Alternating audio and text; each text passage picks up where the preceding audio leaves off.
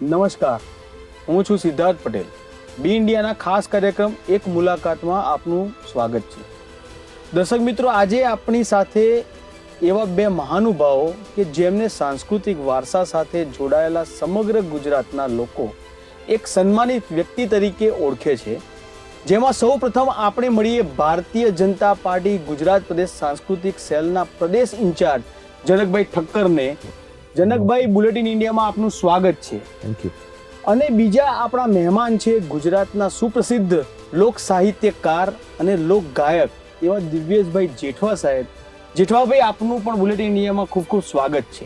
આજે આપણે વાત કરીશું લોકપ્રિયતા વિશે, લોક સાહિત્ય વિશે અને અત્યારે ભારતીય જનતા પાર્ટીની અંદર ચાલી રહેલા દરેકે દરેક જગ્યાએ એમનું યોગદાન હોય છે. યોગદાન વિશે પણ આજે આપણે વાત કરીશું. તો સૌથી પહેલા જનકભાઈ, આપને એક સવાલ છે મારો. જી. સૌથી પ્રથમ આપની રાજકીય અને સામાજિક સફર વિશે થોડું જણાવશો અને સાંસ્કૃતિક ક્ષેત્રમાંથી રાજકીય સંગઠન સુધીની તમારી જે યાત્રા છે, યાત્રા વિશે થોડું જણાવો. સિદ્ધાર્થભાઈ, બુલેટિન ઇન ઇન્ડિયા ન્યૂઝનો ખૂબ ખૂબ આભારી છું. થેન્ક યુ વેરી મચ કે મને આ તમે તક આપી અને તમારા ન્યૂઝના શ્રોતાઓનો પણ સ્વાગત કરું છું આજના કાર્યક્રમમાં. Thank you very much. મારી સફર સિદ્ધાર્થભાઈ બહુ જ એક સરસ રહી છે. મને છે ને બંને જગ્યાએ જેમાં હું કામ કરતો હતો એ જ ફિલ્ડમાં મને પોલિટિકલી કામ કરવાનો પણ અવસર મળ્યો. અરે વાહ, સરસ.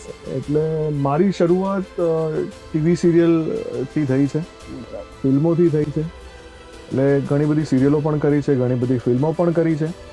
અને હમણાં રિસેન્ટલી મારી એક ફેમસ સિરિયલ કલર્સ ગુજરાતી પર બહુ જ ગુજરાતના શ્રોતાઓનો અને દેશ વિદેશમાં પણ એ સિરિયલ ખૂબ સારી ચાલી, જેનું નામ હતું સુરી.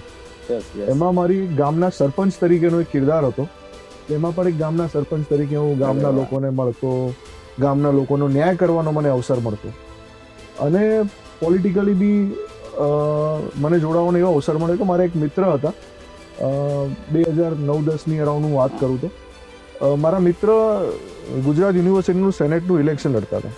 એ સેનેટના ઇલેક્શન દરમિયાન મને એમની સાથે હું જોઉં કે ભાઈ એની સાથે પ્રચારમાં જવાનું છે, એની સાથે કોઈને મળવા જવાનું છે, એ અવસર મળ્યો. અને એ વખતે એ વિદ્યાર્થી પરિષદમાં એક ચૂંટણી લડ્યા, વિદ્યાર્થી પરિષદ એબીવીપીમાંથી. અને મને પણ પછી એમને જોઈને એમની સાથે મને એવું હોય ને કે આપણે જે જોઈએ એની સાથે એ પ્રવાહમાં આપણે વહી જતા હોઈએ છીએ. એટલે એબીવીપીમાં મને કામ કરવાનો અવસર મળ્યો. પછી મને યુવા મોરચામાં કામ કરવાનો અવસર મળ્યો. પછી અત્યારે હાલ જેમ મેં કીધું એમ કે કલાકાર હતો અને અત્યારે કલ્ચરલ ફિલ્ડ છે અમારી ભારતીય જનતા પાર્ટી ગુજરાતની સાંસ્કૃતિક સેલ વિંગ છે અમારી. તો એમાં પણ મને કામ કરવાનો અવસર મળ્યો અને બહુ જ સરસ મારી આ યાત્રા રહી છે. અરે વાહ, સરસ સરસ. હવે સાહેબ દિવ્યેશભાઈ, આપની પાસેથી થોડું જાણીએ. એક સામાન્ય વ્યક્તિમાંથી ગુજરાતના લોક સાહિત્યકાર અને લોક ગાયક તમે બન્યા, તો એમાં આપની સફર કેવી રહી? સિદ્ધાર્થભાઈ, જનકભાઈની જેમ હું પણ ખૂબ ખૂબ આપનો આભારી છું. Thank you very much. કે આજે અમને બંને ભાઈઓને સ્ટુડિયો ઉપર આપણે બોલાવ્યા અને અમારી સાથે કંઈક વાતો કરવાનો, આપની સાથે વાતો કરવાનો કંઈક અમને અવસર આપ્યો બુલેટિન ઇન્ડિયા. તો હું મારી વાત કરું કે હું નાનપણથી આ ફિલ્ડમાં જોડાયેલો છું. બરાબર. ખાસ કરીને 9 વર્ષની ઉંમર મારી ત્યારથી લોક સાહિત્યકાર તરીકે સૌથી પહેલાં કલાકારો સાથે સંચાલનથી શરૂઆત કરી. અરે વાહ. કારણ કે પ્રથમ પગલું મારું એ જ હતું કે એક નાના એવા બાળ કલાકાર તરીકે. અને જ્યારે હું આ ફિલ્ડમાં આવ્યો ત્યારે એક બાળ કલાકારનો ક્રેઝ હતો. ત્યારે હું આ ફિલ્ડમાં આવ્યો ઘણા એવા કલાકારો કે જેની પાસેથી હું તૈયાર થયું છું. એમાંનું એક નામ છે અમારે વિજયભાઈ રાવલ, જેમની પાસે અમારે કાલે જ ચર્ચા થઈ કે હું એમની પાસે સાંભળવા માટે જતો હતો કે ભાઈ કઈ રીતે બોલવું, કઈ રીતે નહીં. અને આ એક ક્રેઝમાં 9 વર્ષની ઉંમરથી હું આ ફિલ્ડમાં આવ્યો. સાથે મારા ફાધર બહુ જૂના ભજની અને ભીખુદાનભાઈ સાથે, પ્રાણબાપા સાથે, દિવાળીબેન ભીલ સાથે અને એ ટાઈમના જેટલા લેજન્ડ કલાકારો, જેને અમે અત્યારે લેજન્ડ કહીએ છીએ, કે જેને સાંભળી, જેને જોઈ અને જેની સાથે જેના ખોળામાં રમી અને અમે અત્યારે અહીં સુધી પહોંચ્યા. અરે વાહ. એવા કલાકારોને જોયા છે. અને મારા પપ્પા ખૂબ સારા સિંગર અને દેશી ભજનમાં જેનું ખૂબ સારું પ્રભુત્વ. એટલે એમની નીચે તૈયાર થયા. ઓલું અમે અમારી એક કહેવત છે કે બાપના ચીલે ચાલી અને અમે એમ કહી શકાય કે તમને આ બધું વારસામાં જ મળ્યું છે, એમ કહી શકાય. અને વારસામાં રોજ જોતા જોતા તમે આ શીખ્યા છો અને એમાં જ તમે અત્યારે હાલ આગળ વધ્યા છો. સરસ સરસ, ખૂબ ખૂબ સરસ. હવે આગળ જનકભાઈ વાત કરીએ, ભારતીય જનતા પાર્ટીના ગુજરાત પ્રદેશ સાંસ્કૃતિક સેલની મુખ્ય ભૂમિકા શું છે અને તેના ઇન્ચાર્જ તરીકે આપની પ્રાથમિકતાઓ કઈ કઈ રહેશે? વિનોદભાઈ, ભારતીય જનતા પાર્ટીનું જે કલ્ચરલ વિંગ છે એ કલાકારોના હિત માટે કામ કરે છે, કલાકારો માટે કામ કરે છે. કોઈ પણ પ્રકારની કલા હોય એને સાંસ્કૃતિક સેલ એને બહાર લાવવાની કામ કરે છે. હું એમને એમ કહી શકું કે સરકાર અને કલાકાર વચ્ચેનો જે બ્રિજ છે એ સાંસ્કૃતિક સેલ છે. અરે વાહ, સરસ. અને બીજું એવું પણ કહીશ કે કલાકારોની ચિંતા કરતી પાર્ટી એટલે ભારતીય જનતા પાર્ટી અને સાંસ્કૃતિક સેલ છે. એટલે અવારનવાર અમે આપણા સાંસ્કૃતિક વિષય હોય, કલા હોય, એના માટે ઘણી બધી અમે કાર્યક્રમો અમે લોકો કર્યા છે. હવે લોક સંસ્કૃતિ અને લોક સંગીત અને લોક નૃત્ય જે આપણા જૂના હતા હવે એમાં અત્યારે નવી પેઢીને તમે એવું શું આપશો, સાંસ્કૃતિક સેલ તરફથી શું આપશો કે જે આમાં આની બાજુ વળશે? આજની જનરેશન માટે કહીએ તો અમે એવા અનેક કાર્યક્રમો સિદ્ધાર્થભાઈ કર્યા છે કે એક કાર્યક્રમ મારો હતો જ્યારે રામ મંદિરની સ્થાપના થઈ રહી હતી ત્યારે અમારા સાંસ્કૃતિક વિંગ ભારતીય જનતા પાર્ટી દ્વારા થયો તો એ હતો સબકે રામ ઓન ઇન્સ્ટાગ્રામ. એટલે આજકાલ જનરેશન સોશિયલ મીડિયા સાથે વધારે કનેક્ટેડ છે, ઇન્સ્ટાગ્રામ સાથે કનેક્ટેડ છે. દિવેશભાઈને પણ જાણે છે, અમારી સાથે દિવેશભાઈ પણ ઘણી બધી જગ્યાએ કનેક્ટેડ હોય છે. તો સબકે રામ ઓન ઇન્સ્ટાગ્રામ કાર્યક્રમ એવો હતો કે રામ ભગવાનની મંદિરની સ્થાપના થવાની હતી. તો એના 1 મહિના અગાઉ અમે રામ ભગવાનને તમે ભજન લઈ શકો, રામ ભગવાન ઉપર તમે કોઈ ગીત હોય તેના ઉપર તમે પરફોર્મ કરી શકો. એટલે અનેક એવા હજારો લોકોને અમે ઇન્સ્ટાગ્રામના માધ્યમથી આજના યુથને અમે કનેક્ટ કર્યા હતા. જ્યાં સુધી આપણું કલ્ચર એ પણ આપણી સંસ્કૃતિ છે. કોઈ રામ ભગવાનનું ચિત્ર દોરી શકતું હોય તો એ ચિત્રના માધ્યમથી અમારી સાથે કનેક્ટ થયા. એટલે અમે આજની જનરેશનને આપણી સંસ્કૃતિને કનેક્ટ કરવાની અમે એ કાર્યક્રમ દ્વારા વાત કરી. બહુ સરસ, બહુ સરસ. હવે દિવેશભાઈ, હું તમને એક પ્રશ્ન કરીશ કે એક સમય હતો જ્યારે ડાયરામાં, લોક સાહિત્ય કાર્યક્રમોમાં અને સમાજને એક દિશા દેખાડવા માટેનું એક વાતોનું પ્રભુત્વ હતું, જે અત્યારે લોક ડાયરામાં અત્યારે સ્વરૂપ બદલાઈ રહ્યું છે. આના વિશે તમે શું કહો? સિદ્ધાર્થભાઈ, આપણે બધા કહીએ છીએ ને પરિવર્તન સંસારનો એક નિયમ. બરાબર છે. જ્યારે જ્યારે હમણાં જ મેં આપણે વાત કરી કે દિવાળીબેન જૈન, સુદાનભાઈ અને એવા વડીલ કલાકારો જ્યારે આ ફિલ્ડમાં જ્યારે આવ્યા ને ત્યારે મેં સાંભળેલી વાતો, મારા પપ્પા પાસેથી વાતો સાંભળેલી છે કે ત્યારે કોઈ બજેટ કે પૈસા નહોતા, માહોલ નહોતો. એક મનોરંજન કરતા, તમે જેમ કીધું મનોરંજન તો અત્યારે ત્યારે મનોરંજન કરતા એક દિશા બતાવવાનું કામ કલાકારો. હા. ત્યારે આપણા લોકગીતો, આપણા ભજનો, આપણી સંસ્કૃતિ અને સાહેબ દેશી ભજનમાં એક રામસાગર, ત્યારે તો આવી માઇકની વ્યવસ્થા નહોતી. અત્યારે અમને તો લોટરી લાગી છે. અત્યારના અમારા કલાકારોને તો લોટરી લાગી છે. કારણ સારું સ્ટેજ, સારા સાઉન્ડ, સારી ઓડિયન્સ વ્યવસ્થા, સારા મંડપ સર્વિસથી માંડી અને પાર્ટી પ્લોટથી માંડીની વ્યવસ્થા. પણ ત્યારે તો માઇકની વ્યવસ્થા સારી નહોતી. ત્યારે એ ટાઈમના કલાકારોએ ખૂબ મહેનત કરી છે. ત્યારે અમે અત્યારે જે કંઈ આનંદ કરીએ છીએ ને એ લોકોની મહેનતનું ફળ છે. સાચી વાત. અને આજનું પરિવર્તન, હવે મેં તમને પહેલા વાત કરી કે પરિવર્તન સંસારનો નિયમ છે. ત્યારે ભજન કોણ સાંભળતું હતું? તો કે જે વડીલો હતા એ સવાર સુધી ભજનમાં બેસતા કે ચાલો ભજન છે તો આપણે જઈએ. ત્યારે એક નિયમ હતું, ભજન, ભગત અને મફત, ત્રણેય કાના મતર વગર નહોતું. બરાબર. ભજન, ભગત, ભજન થાય કરે કોણ? તો કે ભગત. અને કઈ રીતે કરે? તો મફત. પણ અત્યારનો યુગ જે ચેન્જ થયો છે એમાં નવા કલાકારોને એક પ્લેટફોર્મ પણ સરસ મજાનું મળ્યું છે. આજે સોશિયલ મીડિયાના માધ્યમથી યુવાનો સૌથી વધારે કાર્યક્રમમાં. અરે વાહ, સરસ. એ એક બહુ મોટી વાત છે કે આજના યુવાનો ભજનને સાંભળતા છે. યુવાનો સાંભળે છે પણ એને જે ભજનના જે શબ્દો છે એ શબ્દોને ઉતારવા બહુ જરૂરી છે. એટલે એના પહેલા જે ભજનના શબ્દો હતા અને એ બહુ મજબૂત હતા અને એ પોતાની આખી જીવન શૈલી બતાવતા હતા. એ ભજનો અત્યારે એ જ ગવાય છે. તમે નારાયણ બાપુના ભજનો ઓલ્ડ ઇઝ ગોલ્ડ, આપણે કેમ હિન્દી પિક્ચરના ગીતોમાં જે 80ના 90ના ગીતોને સાંભળી છે એ જ રીતે નારાયણ બાપુના ભજનો, શું પૂછું છું મુજને, મુજે મેરી મસ્તી, આજે એ જ બધું ગવાય છે. એમાં કોઈ ફેરફાર આવ્યો નથી. હા, નવા ગીતો આવે છે, 2-4 દિવસ આવી અને 2-4 દિવસે વયા પણ જાય છે. જતા રહે છે. આજે તમે પણ એવા ઘણા બધા ગીતો સાંભળ્યા હશે કે ભાઈ હમણાં જ વર્ષથી પહેલા સાંભળ્યું હતું તો અત્યારે સાંભળો તો તમને નહીં ગમે, પણ હજી તમે નાના બાપુનું શું પૂછો છો મુજને સાંભળો તો તમને એ એવું જ ગમશે ગમશે. એનાથી આગળ કૈલાસ કે નિવાસી સાંભળો તો તમને એવું જ ગમશે, પ્રાણ બાપુનું દળ ધીંગાણે સાંભળો તો તમને એવું જ ગમશે, શિવાજીનું આલેલું હેમુભાઈ ગાઈને ગયા ઝવેરચંદ મેઘાણીની રચના હતી. હજી આજની તારીખે તમે શિવાજીનું આલેલું સાંભળો તો હજી આજની તારીખે તમારા રૂવાટા ઊભા થઈ જશે. ઊભા થઈ જશે. પાક્કું. વસ્તુ ફરીને પાછી એ જ આવવાની છે, પણ પરિવર્તન સાથે થોડી આવે છે એટલે થોડો ટાઈમ થાય. બરાબર.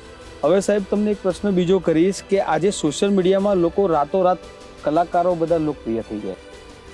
હવે આપણા મતે લોકપ્રિયતા અને સાચી કલા સાધના વચ્ચે શું ડિફરન્સ છે? લોકપ્રિય થવું અને ટકી રહેવું હા, આ બહુ મોટી વાત છે. અત્યારે ટકી રહેવામાં તો હવે અઘરું થઈ ગયું છે, કારણ રોજ નવા માણસો આવે છે, રોજ નવા કલાકાર આવે છે. એવું તો એમાં સિદ્ધાર્થભાઈ હું આપને કહીશ કે લોકપ્રિય થવું એ કોઈ મોટી વાત નથી.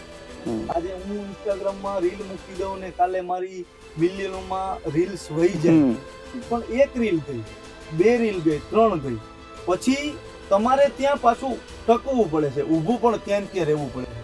એવું નથી કે આજે મિલિયનમાં ગઈ પછી તમારા પાછા કોઈ 2000 લોકો તમને જોતા ના આવે. એટલે બીજા નંબરમાં એની પાછળ પણ મહેનત કરવી પડે. યસ.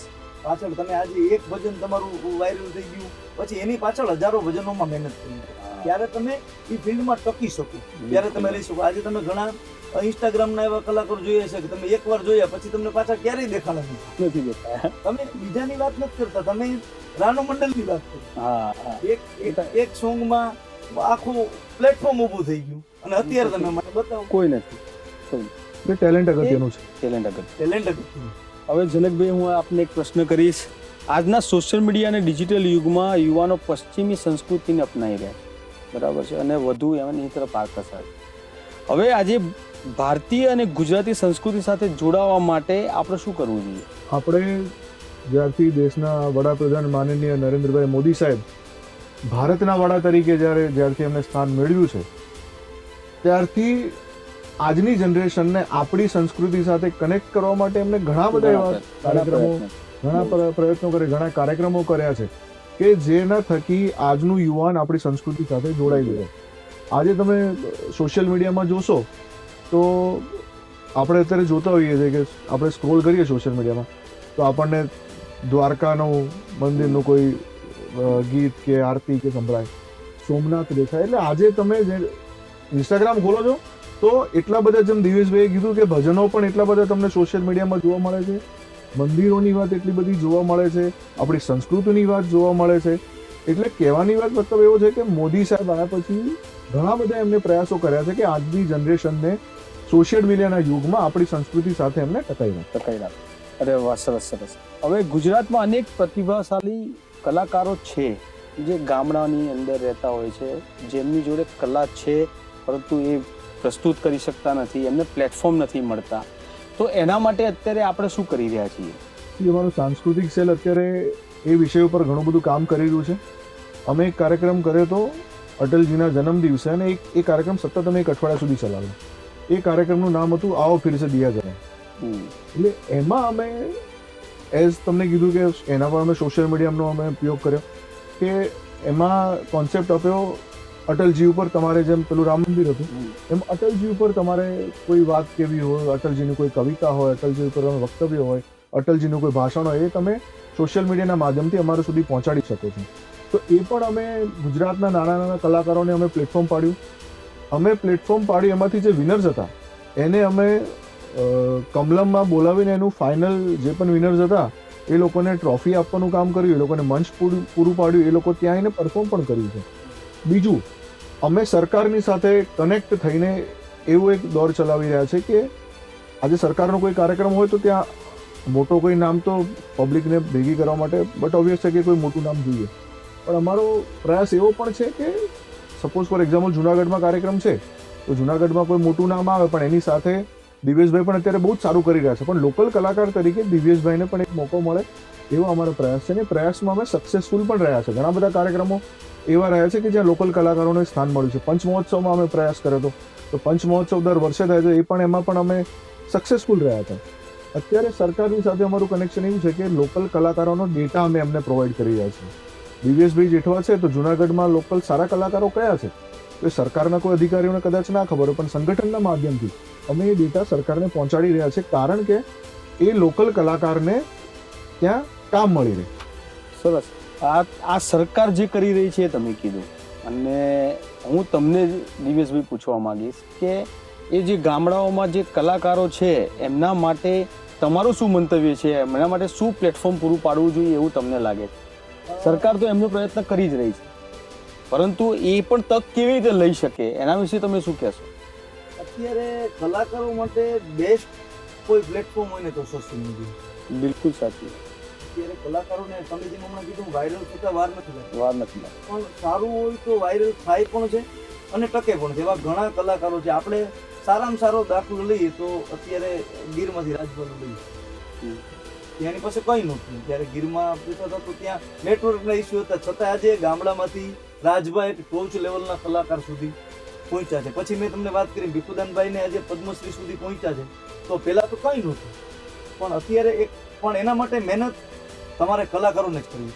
એ તો છે. ઘણી વસ્તુ એવી છે કે થોડું નામ થઈ ગયું પછી મહેનત બંધ કરી અને બસ ખાલી પ્રોગ્રામ જ કરવાના. એવું નથી. ઓડિયન્સ આજે દરેક કલાકાર પાસે રોજ નવું માંગે છે. રોજ કલાકારો પાસે કંઈક ને કંઈક નવું માંગે છે. આપણે એવું નથી કહેતા કે વાતું કોઈ શિવાજી પાછા થાય કે મહારાણા પ્રતાપ પાછા થાય, એવું નથી કહેતા, પણ એ સંસ્કૃતિને તમે કાયમ માટે જે કલાકારો ટકાવી છે. ભીખુદાનભાઈને આજે આપણે સાંભળી, હું તો દાખલો આપું છું લોક સાહિત્યકાર તરીકે, કે ભીખુદાનભાઈ કોઈ પણ તમે આજની તારીખે એક પણ વાત ભીખુદાનભાઈ પાસે એવી નહીં સાંભળી હોય કે તમારે બાપ દીકરીને નીચું જવું પડે. તમારા પરિવારમાં 15 જણા એક સાથે સાંભળે છે કે એ લોકોને નીચું જવું પડે અથવા તો આગું પાછું થવું પડે.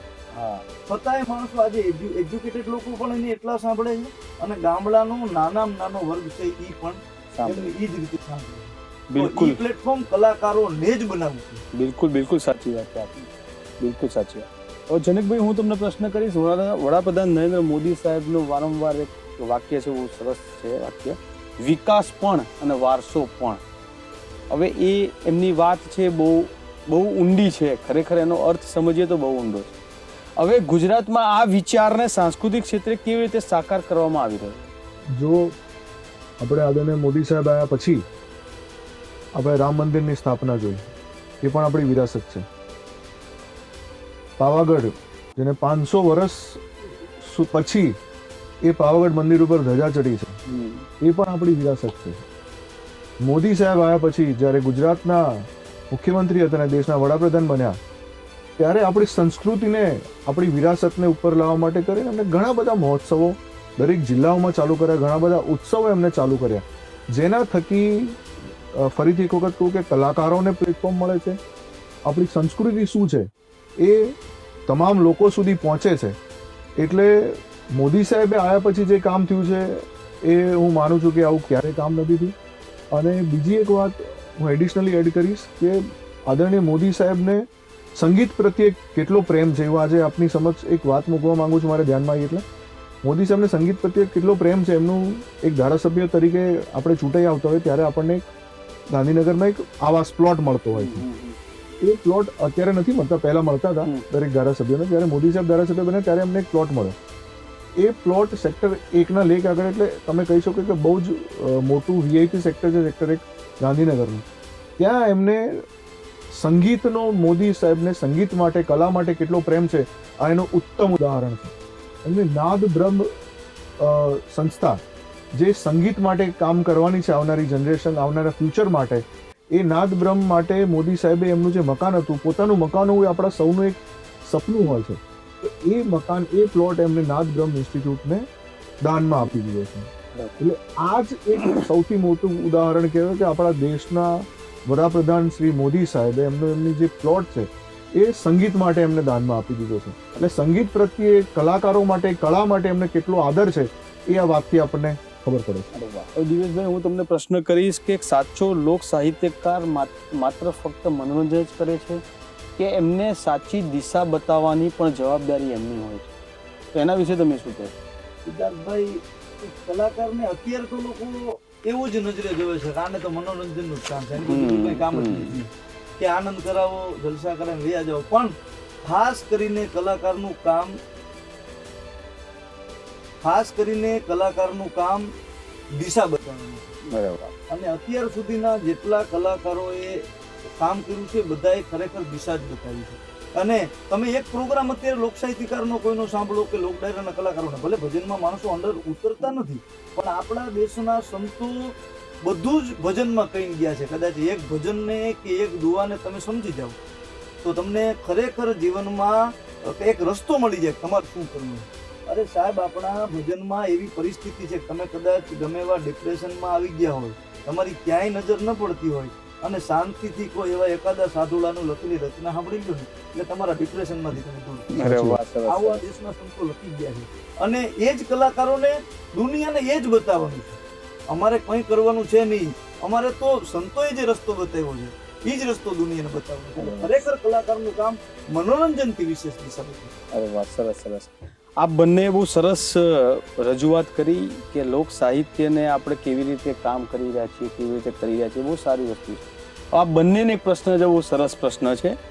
આપણે ગુજરાતની સંસ્કૃતિ નીતિમાં એક મોટો ફેરફાર કરવાની જો તમને તક આપવામાં આવે તો સૌથી પહેલું આપ શું કરશો? બંને જણને એક પ્રશ્ન. ચલો પહેલા સાહેબ આપ કહો. આમ તો ઘણું બધું સરકારે ને સંગઠને કલાકારો માટે ને સંસ્કૃતિ માટે કર્યું છે, પણ એકાદ બે વાત એવી લાગે કે જો આપણે ચેન્જ કરવા જેવું લાગે તો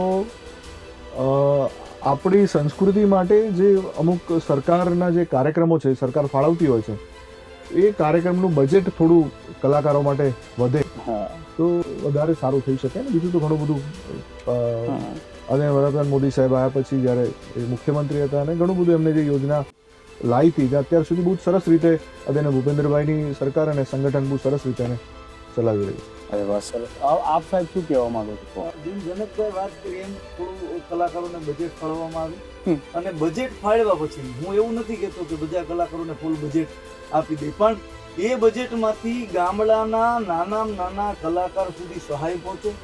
અરે વાહ. નાનો કલાકાર એવું નથી. એક મજીરાવાળાનું બજેટ આજે માણસો ઓળખે છે કલાકારોને કે ભાઈ દિવ્યેશ જેઠવા છે પ્રોગ્રામમાં, એને ખબર નથી એની પાછળ કામ કરવા વાળા તમે જ અત્યારે આપણે બેઠા છીએ, આપણે ત્રણ જ દેખાઈએ છીએ, આની પાછળ કામ કરવા વાળા કેટલા લોકો કોઈને દેખાતા નથી. નથી. બરાબર. એમ એક દિવ્યેશ જેઠવાની પાછળ ઘણા આર્ટિસ્ટો છે જે તબલા વગાડે છે, કોઈ મજીરા વગાડે છે. હજી આજની તારીખે મજીરા વાળાનું બજેટ 1500 થી 2000 સુધી પહોંચ્યા. તો ખાસ કરીને કલાકારોને તો બજેટ ફાળવવાના છે, પણ એનાથી વધારે ઇન્સ્ટ્રુમેન્ટ વાળાને બજેટ જો ફાળવવામાં આવે તો એમનો પરિવાર પણ થોડો દિવ્યેશભાઈ અને જનકભાઈ, આપ બંનેને એક સરસ પ્રશ્ન છે, બહુ સારો છે. ગુજરાતના લોક કલાકારો, ભજનીકો, સામાન્ય કલાકારો, નાના કલાકારો, આ બધાને આર્થિક અને સામાજિક સુરક્ષા માટે સરકાર અને સંગઠનોએ શું કરવું જોઈએ એના વિશે તમે જણાવો. ખૂબ સરસ સિદ્ધાર્થભાઈ તમારો સવાલ છે. અને એ કાર્ય માટે અમારું સંગઠન ખૂબ સમયથી એમાં મહેનત કરી હતી. અમને સરકારનો પણ, ભારતીય જનતા પાર્ટીની ગુજરાત સરકારનો પણ અમને ખૂબ સારો સપોર્ટ મળ્યો છે. સિદ્ધાર્થભાઈ, એક કલાકાર કલ્યાણ નિધિ કરીને એક યોજના હતી જે ખાસા સમયથી એ યોજના બંધ હતી. એ યોજનામાં નાના કલાકારોને વાજિંત્રું ખરીદવું હોય અથવા એમના કોઈ બીમારીના બિલ હોય, મેડિક્લેમ, કોઈ દવાનું ચૂકવણું સરકાર તરફથી એને મદદ મળી રહે છે, અથવા એમના કલાકારનું આઈ કાર્ડ છે અને બીજી ઘણી બધી સહાય એ કલાકાર કલ્યાણ નિધિમાં આવે છે. તો એ સહાય, એ કલાકાર કલ્યાણ નિધિ ઘણા સમયથી બંધ હાલતમાં હતી. તો સંગઠનના પ્રયાસથી અને સરકારનું એક સુમેળ બંનેનું ગઠન થઈ અને એ કમિટીની નવી રચના થઈ અને જેટલા પણ લગભગ કરોડો રૂપિયાના, લગભગ હું કહી શકું 1.5 કરોડ રૂપિયાનું એનું 1.5 થી 2 કરોડ રૂપિયાના એના બિલ હતા કે જેને 5 વર્ષ અગાઉ મૂક્યો કે મારે ઘરમાં બીમારી છે, કે મારે આ બિલની જરૂર છે, મારે વાજિંત્રું ખરીદવું છે, તો મારે આ પૈસાની જરૂર છે. તો એ તમામ બિલ માનનીય મંત્રી શ્રી જયરામભાઈ ગામિત સાહેબની અધ્યક્ષતામાં એ તમામ બિલ પહેલી જ મિટિંગમાં ક્લિયર કરવામાં આવ્યા છે. અરે વાહ, સરસ. એટલે લગભગ 1.5 થી 2 કરોડ રૂપિયાની સહાય જે વર્ષોથી પેન્ડિંગ હતી એ આ નાના કલાકારોને આ કલાકાર કલ્યાણ નિધિ જે ફરીથી રિવાઇવ કરીને ફરીથી જે ચાલુ થઈ છે એમાં નાના કલાકારોને ખૂબ લાભ મળે છે. અરે વાહ, સરસ સરસ. આપ દિવ્યેશભાઈ શું કહેશો? કહો. આના વિશે? જનકભાઈ બાજુમાં બેઠા છે ને વખાણ નહીં કરું, અરે વાહ. પણ ખરેખર જનકભાઈ સાંસ્કૃતિક સેલમાં જ્યારથી કાર્યરત થયા ત્યારથી નાના કલાકારોને આજે જેમ વાત કરી એમ કલાકાર કલ્યાણ નિધિનું જે પેન્ડિંગ હતું એ ઘણા કલાકારોને રાહત મળી છે અને હજી આપના માધ્યમથી આજે ઘણા એવા કલાકારો છે જેને ખબર નથી. યસ. તો આપના માધ્યમથી એવા કલાકારોને પણ અમે જાણ બિલકુલ કરીએ સાચી છીએ વાત. કે ખાસ કરીને તમારી જે તે કચેરીમાં તમે જઈ અને જે કલાકારોને ઇન્સ્ટ્રુમેન્ટ લેવા છે અથવા તો તમારું રજીસ્ટ્રેશન કરાવો જેને કારણે સરકાર સુધી ખબર પડે કે તમે કલાકાર તરીકે યોગદાન આપ્યું છે અને આપતા રહો છો. અરે વાહ. તો ખાસ કરીને એમને આર્ટિસ્ટ કાર્ડ પણ મળે અને ભવિષ્યમાં આપ ઈશ્વરને કોઈ પ્રાર્થના એવી ન કરે પણ ભવિષ્યમાં ક્યારે આપના પરિવારને જરૂરિયાત પડે તો સરકાર કાયમ આપણી બાજુમાં અને ઊભી રહે. બીજો અમારો એક એવો પણ પ્રયાસ ચાલી રહ્યો છે, જો હજુ થયો નથી એટલે અત્યારથી ડિક્લેર કરવાનો કોઈ મતલબ નથી, પણ એક પ્રયાસ એવો ચાલી રહ્યો છે કે દરેક જિલ્લા વાઇઝ એક વર્કશોપ થાય કલાકારોનો અને સરકારના કોઈ અધિકારી એ વર્ગમાં આવે અને સરકારની જેટલી પણ યોજના છે કલાકારો માટે એ વર્ગમાં કલાકારો સુધી વાત એ અધિકારી પહોંચાડે. એક પ્રયાસ અમારો ચાલી રહ્યો છે, પણ મને વિશ્વાસ છે કે અમે આ કાર્યમાં પણ સક્સેસફુલ રહીશું. 100%. આપે જેમ વાત કરી હમણાં તમે આપ જ્યારથી આવ્યા ત્યારથી સક્રિય થયા ત્યારથી આ શરૂઆત કરી, પણ અમે કલાકારોએ સૌથી ખરાબ જો સમય જોયો તો કોરોનાનો સમય બહુ બધા કલાકારો માટે સૌથી ખરાબ હતો. એમાં એક વાત હું તમને કહીશ કે મારા લેવલના કલાકારો અથવા તો મારા મોટા લેવલના કલાકારોને કોઈ પ્રોબ્લેમ નથી થયો. જેની પાસે પ્રોગ્રામો કરતા હતા, બેકઅપ હતું, એને કોઈ વાંધો નથી એવો. પણ જે મેં તમને વાત કરી એમ કે મજીરાવાળા અને તબલાવાળા જે કલાકારો ઉપર નિર્ભર છે એવા લોકોને ખૂબ મુસીબત પડી છે. કારણ કે એનો જે ધંધો ભાવ પૂરો થઈ ગયો તો બીજા નંબરનો કલાકાર થયા પછી કોઈ કામ ન કરી શકે. બરાબર. આ મોટો પ્રોબ્લેમ છે કે કલાકાર મજીરા વગાડતો હોય કે ગાતો હોય કે તબલા વગાડતો હોય એ પછી બીજું કઈ કામ કરી ન શકે, કારણ કે લોકોની વચ્ચે રહ્યા છે એટલે બીજું કઈ એને કામ આવડે એને પોતાનું પૂરી આખી જિંદગી છે આમાં જ ન્યોછાવર કરી. ત્યારે મને એક યાદ કરવું ગમશે કે કોરોનાની એવી ખરાબ પરિસ્થિતિમાં જુનાગઢ અમારે સંજયભાઈ પંડ્યા તેમણે કલાવૃંદની એક સ્થાપના કરી. એમાં ઘણા બધા ભારતીય જનતા પાર્ટીના તેમજ સંગીત સાથે સંકળાયેલા ઘણા બધા કલાકારો પણ જોઈન્ટ થયા અને આખી એક સંસ્થા ઉભી થઈ. તેમાં 22,000 કલાકારો આસપાસના આજે રજીસ્ટ્રેશન ઓલરેડી થઈ ગયું છે. અને ઈ ખરાબ પરિસ્થિતિમાં 6,500 કલાકારોની બેંક ડિટેલ સાથે તેના બધાના ફોર્મ ભરાવ્યા અને 1,000 રૂપિયાનું વળતર જે તે ટાઈમે નાના કલાકારોને આપવામાં આવ્યું. ખૂબ સરસ. ખૂબ એમને મહેનત કરી હતી. તો હું આ તકે કલાવૃંદનો પણ ખૂબ આભાર માનું કે ત્યારે એને કલાકારો માટે કંઈક તો કર્યું એમ જે સમયમાં કોઈ નહોતું કરતું ત્યારે એને ખૂબ મદદ કરી. આજે આપ બંને મહાનુભાવો અમારા સ્ટુડિયોમાં પધાર્યા તે માટે આપ બંનેનો ખૂબ ખૂબ આભાર છે. દર્શક મિત્રો, ફરી મળીશું આવતા બીજા એપિસોડમાં એક નવા વ્યક્તિત્વ સાથે. તેમની જીવનયાત્રા અને તેમના વિચારોને જાણીશું. ત્યાં સુધી મને સિદ્ધાર્થ પટેલને રજા આપશો. જોતા રહો બી ઇન્ડિયા, ભરોસો ગુજરાતમાં.